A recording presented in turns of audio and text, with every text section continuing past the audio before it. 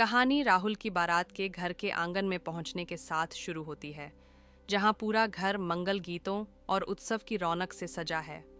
दूल्हा राहुल खुशी से चमक रहा है, लेकिन उसकी दुल्हन नैना के चेहरे पर कोई भाव नहीं, न खुशी, न उदासी, न शर्म, मानो वह दुल्हन के लिबास में एक बेजान मूर्ति हो।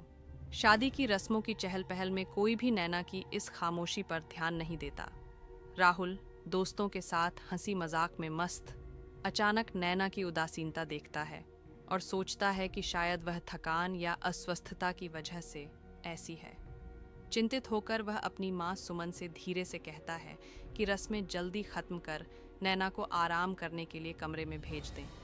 सुमन बेटे की दुल्हन के प्रति फिक्र देखकर मुस्कुराती है और अपनी बेटी रिया को इशारा करती है कि वह नैना को ले जाए। रिया मजाक करते हुए नैना को राहुल के खूबसूरती से सजे कमरे में ले जाती है, जो गुलाब की खुशबू से महक रहा है। नैना को बिठाकर रिया चली जाती है। अकेले में नैना के मन में गुस्सा और बेचैनी उमड़ रही है। वह अपनी शादी के लिए परिवार की जबरदस्ती से नाराज है और अपने किसी फैसले पर अडिग है। जब राहुल खुशी से भरा कमरे में आता है, वह नैना से बात करने की कोशिश भड़क उठा। राहुल ने एक पल के लिए नैना की ओर देखा। उसकी आंखों में हैरानी और गुस्सा दोनों थे। उसने सोचा था कि शादी का यह पल उनके जीवन का सबसे खूबसूरत लम्हा होगा, लेकिन नैना की ठंडी और रूखी प्रतिक्रिया ने उसके दिल को ठेस पहुंचाई। नैना, क्या हुआ? तुम ठीक तो हो? उसने धीरे से पूछा, अपनी आवाज में गुस्से को दबाते हुए। लेकिन नैना ने फिर कोई जवाब नहीं दिया। उसकी आंखें नीचे की ओर थीं और होंठ अब भी सख्ती से बंद थे, जैसे वह अपने दिल का तूफान छिपा रही हो। राहुल ने एक गहरी सांस ली और खुद को संयमित करने की कोशिश की। वह समझ नहीं पा रहा था कि नैना की इस प्रतिक्रिया के पीछे क्या कारण हो सकता है। क्या वह सचमुच बीमार थी या फिर कुछ और बात थी जो वह नहीं बता रही थी।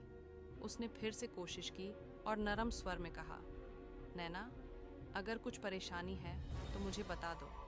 हम अब एक दूसरे के साथी हैं।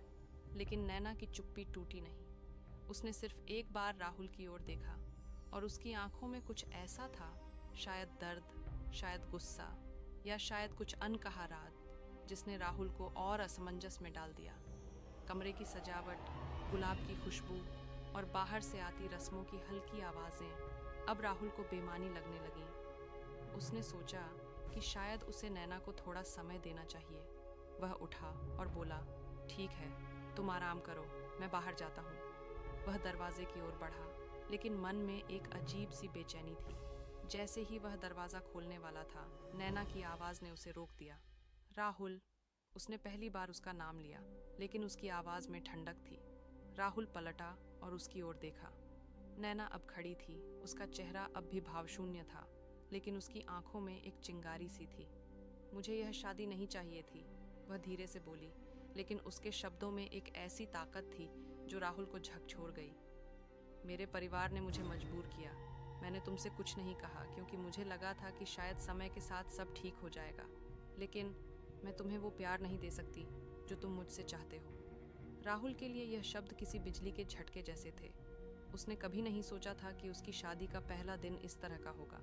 वह कुछ पल के लिए स्तब्ध खड़ा रहा, फिर बोला, नैना, तुम ये क्या कह रही हो? हमारी सगाई से लेकर आज तक तुमने कभी कुछ नहीं कहा। अगर तुम्हें यह रिश्ता नहीं चाहिए था तो पहले क्यों नहीं बताया? उसकी आवाज़ में अब गुस्सा कम और दर्द ज़्यादा था। नैना ने एक गहरी सांस ली और कहा, क्योंकि मेरे पास कोई चारा नहीं था।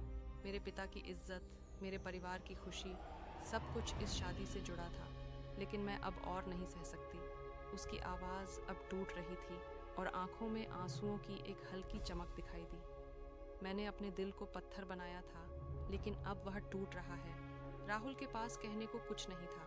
वह समझ नहीं पा रहा था कि इस पल को कैसे संभाले। बाहर शादी की रौनक अभी भी जारी थी, लेकिन इस कमरे में दो दिलों के बीच एक अनकही दूरी बन चुकी थी। वह नैना के पास गया और धीरे से बोला, नैना, मैं तुम्हें ज़बरदस्ती नहीं करूँगा, लेकिन कम से कम मुझे एक मौका दो। हमें एक दूसरे को समझने का समय चाहिए। नैना ने उसकी ओर देखा और पहली बार उसके चेहरे पर एक हल्का सा भाव उभरा, शायद संकोच, शायद उम्मीद, लेकिन वह फिर चुप हो गई। राहुल ने फैसला किया कि वह उसे और परेशान नहीं करेगा। वह बाहर चला गया, लेकिन उसके मन में सवालों का तूफान उठ रहा था। क्या वह नैना का दिल जीत पाएगा, या यह शादी सिर्फ एक समझौता बनकर रह जाएगी? कमरे में अकेली नैना बैठी रही। उसकी आंखें अब भी उस अनकहे दर्द को छिपा रही थीं, जो शायद समय के साथ ही खुल पाएगा। करता है, उसका घूंघट उठाता है और उसे सोने का कंगन पहनाता है। लेकिन नैना का हाथ ठंडा और बेजान है। उसकी खामोशी राहुल को अजीब लगती है। वह सोचता है कि शायद शर्म या थकान की वजह से ऐसा है। जब वह नैना के करीब आने की कोशिश करता है तो नैना उसे रूखे लहजे में बस करो कहकर पीछे धकेल देती है। उसकी यह हरकत राहुल को हैरान और गुस्से में छोड़ देती है और कहानी एक अनसुलझे तनाव के साथ रुक जाती है, जो नैना के अंदरूनी संघर्ष और उनके रिश्ते की नाजुक शुरुआत की ओर इशारा करती है। रात गहराती जा रही थी और घर में शादी की रौनक अब धीरे धीरे थमने लगी थी। राहुल बाहर आया तो उसका चेहरा उतरा हुआ था। उसके दोस्त अभी भी हंसी मजाक में लगे थे, लेकिन राहुल की मनोदशा अब वैसी नहीं रही। वह सीधे अपनी माँ सुमन के पास गया, जो रस्मों की आखिरी तैयारियों में व्यस्त थी। माँ, नैना वो ठीक नहीं लग रही, राहुल ने धीरे से कहा, अपनी आवाज में चिंता छिपाते हुए। सुमन ने उसके चेहरे को पढ़ा और पूछा, क्या हुआ बेटा? वो तो थकान की वजह से होगी। लड़कियां शादी के दिन ऐसे ही हो जाती हैं। राहुल ने सिर हिलाया, लेकिन उसके मन में नैना के शब्द गूंज रहे थे। नहीं माँ, बात कुछ और है। वो कह रही है कि उसे यह शादी नहीं चाहिए थी।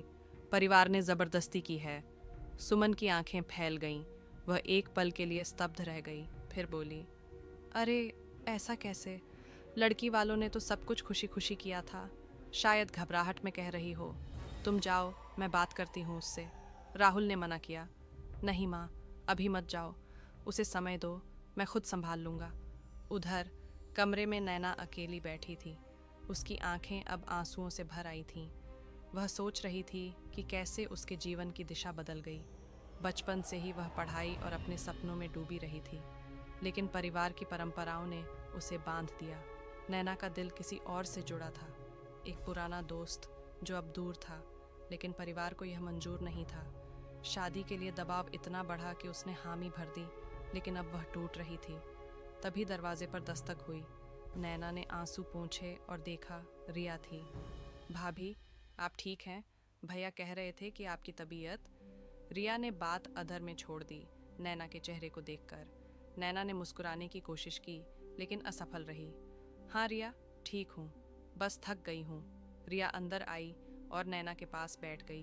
भाभी, अगर कुछ बात है तो मुझे बताओ। मैं आपकी ननद हूँ, दोस्त भी बन सकती हूँ। नैना ने एक पल सोचा, फिर सब कुछ उड़ेल दिया। अपने परिवार की ज़बरदस्ती, अपने पुराने प्यार की कहानी और राहुल के साथ निभाने की असमर्थता। रिया ने ध्यान से सुना, फिर बोली, भाभी, यह सब सुनकर दुख हुआ, लेकिन भैया बहुत अच्छे हैं। वो आपको समझेंगे। शायद समय के साथ सब ठीक हो जाए, लेकिन अगर आप सच में खुश नहीं हैं तो हमें कुछ करना चाहिए। सुबह होने को थी।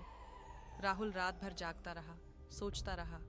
वह फैसला कर चुका था कि नैना को ज़बरदस्ती नहीं रखेगा, लेकिन दिल में एक उम्मीद थी कि शायद वह उसे जीत ले। नैना भी सोच रही थी कि क्या वह राहुल को एक मौका दे। घर में अब एक नई सुबह की शुरुआत हो रही थी, लेकिन इस दंपत्ति के लिए यह सफ़र अभी शुरू ही हुआ था। दर्द, समझ और शायद प्यार का। सुबह की पहली किरणें राहुल के घर की खिड़कियों से छन कर अंदर आ रही थीं। शादी की रौनक अब शांत हो चुकी थी और मेहमान धीरे धीरे विदा ले रहे थे। राहुल ने रात भर नींद की एक झपकी भी नहीं ली थी। नैना के शब्द उसके दिमाग में बार बार गूंज रहे थे, लेकिन उसका दिल अभी भी उम्मीद से भरा था। वह जानता था कि नैना की नाराज़गी और दर्द का कारण उसका परिवार और परिस्थितियां थीं, न कि वह स्वयं। उसने ठान लिया था कि वह नैना का विश्वास जीतेगा, धीरे धीरे, प्यार और समझ के साथ। राहुल ने एक गहरी सांस ली और अपने कमरे की ओर बढ़ा। दरवाज़ा खोलते ही उसने देखा कि नैना खिड़की के पास खड़ी थी। सुबह की रोशनी में उसका चेहरा और भी नाजुक लग रहा था। उसके आंसुओं का नामो निशान नहीं था, लेकिन उसकी आंखों में अब भी एक गहरी उदासी थी। राहुल ने धीरे से दरवाज़ा बंद किया और पास जाकर बोला, नैना, मैंने रात भर सोचा।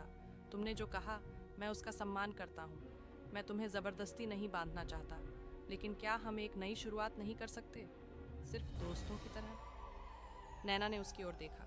उसकी आवाज़ में सच्चाई थी जो उसे छू गई।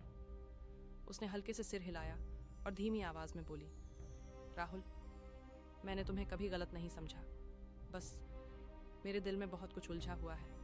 मुझे वक्त चाहिए। राहुल ने मुस्कुराते हुए कहा, वक्त तो हमारे पास बहुत है नैना। मैं इंतज़ार करूँगा जब तक तुम तैयार ना हो। उसकी इस बात ने नैना के चेहरे पर पहली बार एक हल्की सी मुस्कान ला दी, जो राहुल के लिए किसी अनमोल तोहफे से कम नहीं थी। उस दिन राहुल ने छोटी छोटी बातों से नैना को सहज करने की कोशिश शुरू की। वह उसे सुबह की चाय के लिए बगीचे में ले गया, जहाँ गुलाब की क्यारियाँ और हल्की ठंडी हवा थी। तुम्हें गुलाब पसंद है? राहुल ने पूछा, एक फूल तोड़कर उसे देते हुए। नैना ने फूल को हाथ में लिया और उसकी खुशबू को सूंघा। हाँ, ये मुझे हमेशा से पसंद रहे हैं, उसने कहा, और उसकी आवाज़ में एक हल्की सी गर्मी थी। राहुल ने उस पल को और हल्का करने के लिए मजाक किया, फिर तो ये बगीचा तुम्हारा हो गया, मैं सिर्फ माली बनकर रह जाऊंगा। नैना हल्के से हंसी, और यह हंसी राहुल के लिए एक नई उम्मीद थी। दिन बीतने लगे। राहुल ने कभी नैना पर कोई दबाव नहीं डाला। वह छोटी छोटी चीज़ों से उसका ध्यान रखता, कभी उसकी पसंद का खाना बनवाता, कभी उसे अपनी पुरानी किताबों की कहानियाँ सुनाता जो नैना को पढ़ना पसंद था। एक शाम जब दोनों छत पर बैठे सूरज को ढलते देख रहे थे, नैना ने अचानक कहा, राहुल, तुम बहुत अच्छे इंसान हो। शायद मैंने तुम्हें गलत समझा था। राहुल ने